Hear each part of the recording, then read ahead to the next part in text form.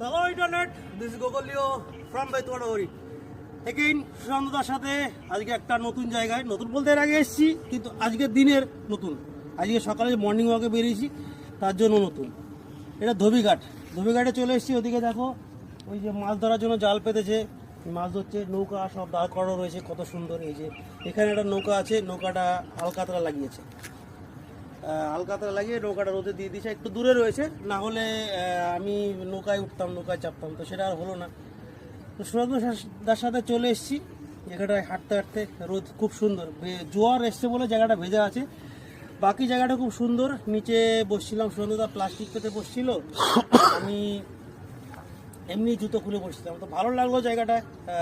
সকালবেলা আজকে দুদিন গরম ছিল, ওয়েদার একটু খারাপ ছিল, মেঘলা মেঘলা ছিল, যার জন্য ভালো লাগছিল না, গরম গরম ছিল। আজকে একটু ঠান্ডা পড়েছে, বেশ সুন্দর ওয়েদারটা। একটা শীতের নতুন মনে হচ্ছে যে নতুন শীতের আমেজ। তার কারণ হচ্ছে দুদিন আকাশে মেঘলা ছিল, তো সেই জন্য রোদ খুব বেশি ছিল না। আজকে সুন্দর রোদ উঠেছে, এখানটায় বসে অনেক ভালো লাগলো। রোদটা পেলাম, অনেক রোদ পোয়ালাম। সন্ধ্যা ঘুম পেয়ে যাচ্ছিলো, ঘুমাচ্ছিল। তো এই উঠবো, উঠে চলে যাবো এখনই, যার জন্য উঠলাম, একটা ভিডিও বানালাম। তো সবাই ভালো থাকো, সুস্থ থাকো, আর বাঁকা রাস্তায় কখনো